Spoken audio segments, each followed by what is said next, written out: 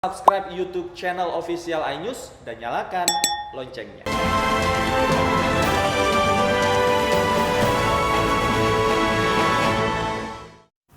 Pemirsa, Kementerian Hukum dan HAM menolak kepengurusan Partai Demokrat hasil Kongres Luar Biasa Deli Serdang pimpinan Muldoko. Ketua Umum Partai Demokrat Agus Harimurti Yudhoyono menyambut baik keputusan tersebut. Pengumuman penolakan kepengurusan Partai Demokrat versi KLB disampaikan Menteri Hukum dan HAM Yasona Laoly bersama Menteri Koordinator Politik Hukum dan Keamanan Mahfud MD Rabu kemarin. Dalam pernyataan yang dilakukan secara daring, Menteri Hukum dan HAM menyebut Partai Demokrat kubu Muldoko belum memenuhi persyaratan dokumen sehingga Kemenkumham menolak pendaftaran hasil KLB Deli Serdang. Ketua Umum Partai Demokrat AHY menyambut gembira keputusan Kementerian Hukum dan HAM. Dari hasil pemeriksaan dan atau verifikasi terhadap seluruh kelengkapan dokumen fisik, sebagaimana yang dipersyaratkan, masih terdapat beberapa kelengkapan yang belum dipenuhi, antara lain perwakilan Dewan Pimpinan Daerah (DPD), Dewan Pimpinan Cabang (DPC), tidak disertai mandat dari Ketua DPD (DPC). Dengan demikian, pemerintah menyatakan bahwa permohonan pengesahan hasil Kongres Luar Biasa di Deli Serdang, Sumatera Utara tanggal 5 Maret 2021 ditolak.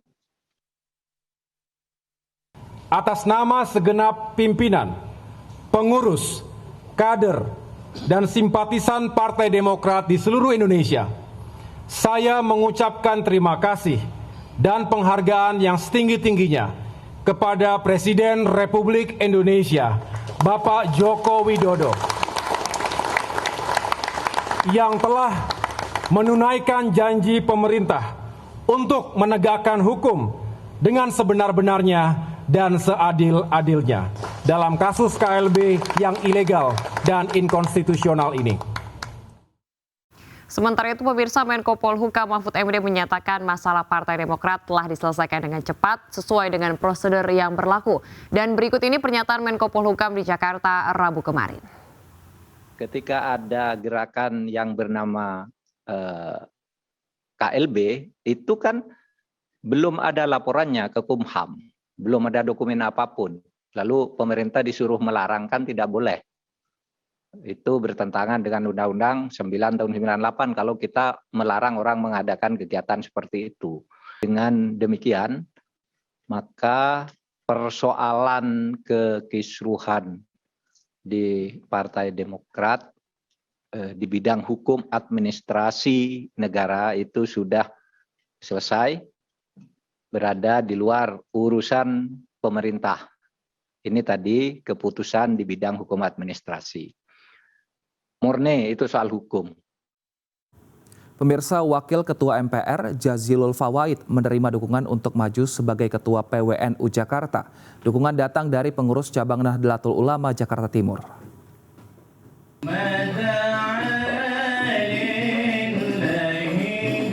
Wakil Ketua MPR RI Jazilul Fawait maju sebagai calon Ketua PWNU DKI Jakarta dalam Konferensi Wilayah Nahdlatul Ulama DKI Jakarta pada 2 April mendatang. Pria yang biasa disapa Gus Jazil ini mendapat dukungan dari berbagai kalangan. Salah satunya dari pengurus PCNU Jakarta Timur di Pondok Pesantren Al-Hamid, Jakarta Timur. Kami jajaran Tanfiziyah PCNU Jakarta Timur merekomendasikan, yaitu Kiai Haji Dr. Jazilul Fawait SKMA sebagai calon Ketua Tanfiziyah PWNU Provinsi DKI Jakarta pada konferensi wilayah ke-20 di Hotel Sultan, Jakarta. Gus Jazilul berjanji akan melibatkan semua unsur Nahdlatul Ulama wilayah Jakarta dalam memajukan organisasi. Ia juga akan memperjuangkan tokoh dan ulama Betawi yaitu Habib Ali Kuitang, Haji Darif Klender, dan Tuan Guru Marzuki untuk menjadi pahlawan nasional. Untuk maju menjadi Ketua Tanfiziyah PWNU Jakarta, Gus Jazilul mengklaim telah mengantongi dukungan dari beberapa cabang, termasuk PCNU Jakarta Pusat. Ya, Saya mendapatkan deklarasi dukungan dari PCNU Jakarta Timur untuk maju menjadi calon Ketua Tanfidiyah PWNU DKI Jakarta. Saya dengan mengucap Bismillahirrahmanirrahim, Alhamdulillah, la haula wala quwata illa billah, saya terima amanahnya untuk saya perjuangkan. Kontestasi pemilihan Ketua Tanfidiyah dan Rais PWNU DKI Jakarta rencananya akan digelar di The Sultan Hotel Jakarta pada 2 hingga 4 April mendatang. Dari Jakarta, Davi Pratama, Novandeka, iNews melaporkan. Pemirsa, Mahkamah Agung menolak permohonan kasasi Zuraida Hanum yang membunuh suaminya, Hakim Pengadilan Negeri Medan Jamaluddin. Alhasil, hukuman mati Zuraida dikuatkan dengan berkekuatan hukum tetap sehingga sudah bisa dieksekusi.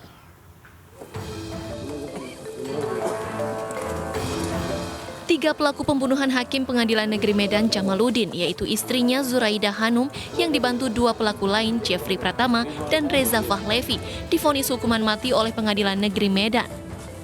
Zuraida yang merupakan otak pembunuhan dijatuhi hukuman mati pada Juli 2020, sementara Jeffrey dan Reza divonis mati pada sidang banding di Pengadilan Tinggi Medan pada September 2020. Kemudian ketiganya mengajukan ke Mahkamah Agung. Mahkamah Agung menolak permohonan kasasi yang diajukan Zuraida Hanum. MA juga menolak permohonan Reza Fahlevi dan Jeffrey Pratama, eksekutor pembunuhan Jamaluddin. Hakim Pengadilan Negeri Medan Jamaluddin ditemukan tewas di dalam mobilnya di sebuah jurang pada areal perkebunan sawit Desa Sukadame, Kutalim Baru pada 29 November 2019. Setelah melalui sandiwara, polisi mengungkap Jamaluddin dibunuh oleh istrinya Zuraida Hanum, dibantu dua pelaku lainnya Jeffrey dan Reza. Jamaluddin dibunuh dengan cara dibekap dalam kamarnya hingga mati lemas kehabisan oksigen. Bahkan korban dibunuh di samping putrinya yang sedang tidur. Motif pembunuhan karena masalah perselingkuhan dalam rumah tangga yang sudah terjalin sejak tahun 2011. Tim Liputan iNews melaporkan. Pemirsa, menguasai meriam kuno buatan Yugoslavia tidaklah mudah, terlebih bagi seorang wanita. Tapi bagi wanita yang satu ini, menguasai senjata jenis meriam menjadi tantangan tersendiri. Dan berikut liputannya untuk Anda.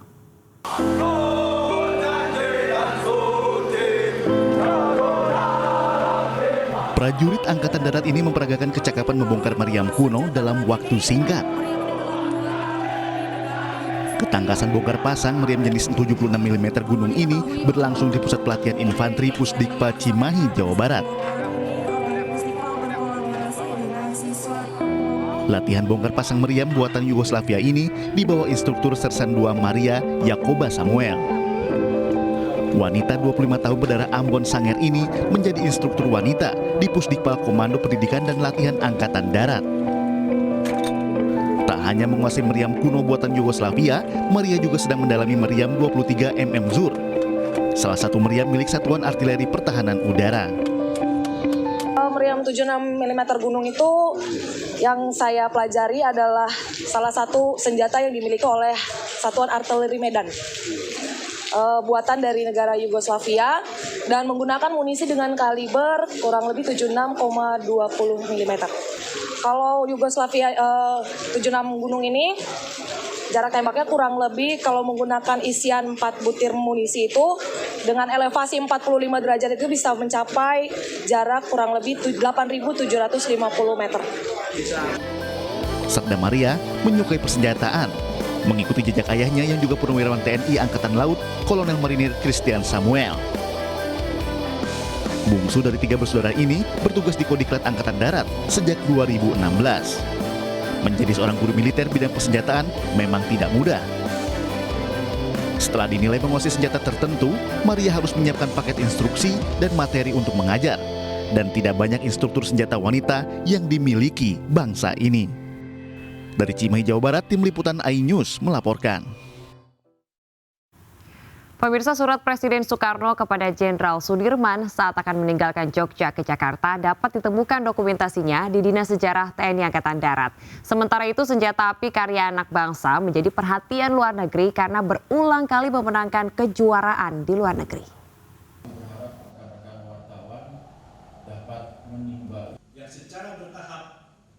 Dinas Sejarah TNI Angkatan Darat atau Disjarahat menyimpan dokumentasi sejarah perjuangan bangsa Indonesia. Dokumentasi surat dari Presiden pertama Republik Indonesia Soekarno kepada Jenderal Besar Sudirman dapat ditemui di sini. Dalam Defense Tour yang dipimpin Karohumas Setjen Kemhan, Marsikal Pertama TNI Penny Rajendra, beberapa koleksi di Jarhat dipamerkan. Selain ke Disjarhat, rombongan Kementerian Pertahanan juga berkunjung ke industri strategis nasional Pindad. Beberapa produk untuk menunjang kekuatan militer ditampilkan. Senjata api, kendaraan taktis dan amunisi buatan Pindad telah dipesan oleh beberapa negara. Yang membanggakan, senjata buatan anak negeri ini berhasil menyabet penghargaan di berbagai kejuaraan di luar negeri.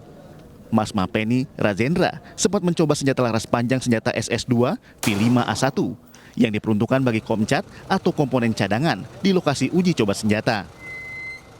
Pindad siap mengekspor amunisi dan kendaraan tempur ke 3 negara, yaitu Thailand, Bangladesh, dan Amerika Serikat pada tahun ini. Pindad juga akan mengekspor 5.000 butir granat tangan ke Thailand. Saat ini PT Pindad masih mengurus perizinan ekspor 3.000 amunisi kaliber 99 mm dan 3.000 butir peluru kaliber 5,56 mm.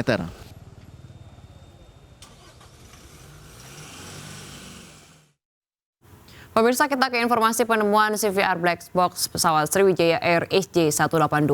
Black Box tersebut ditemukan di perairan antara Pulau Lancang dan Pulau Laki, Kepulauan Seribu. CVR yang menyimpan data percakapan di kokpit akan melengkapi data dari flight data recorder yang telah ditemukan lebih dulu.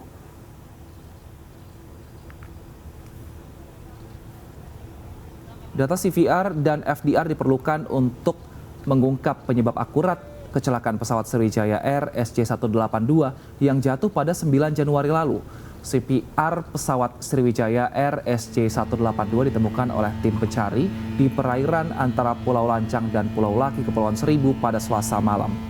Tim pencari menggunakan kapal trailing suction hopper dragger King Arthur 8 dengan metode sedot lumpur. Pencairan dilakukan sejak Kamis pekan lalu dan ditemukan pada hari kelima pencarian. CVR telah diserahkan kepada KNKT untuk diteliti apa penyebab kecelakaan. Tahu bahwa pada 9 Januari yang lalu ada pesawat Sriwijaya Air yang jatuh di Pulau Jawa, dan itu tepatnya di Pulau Laki, Pulau Seribu.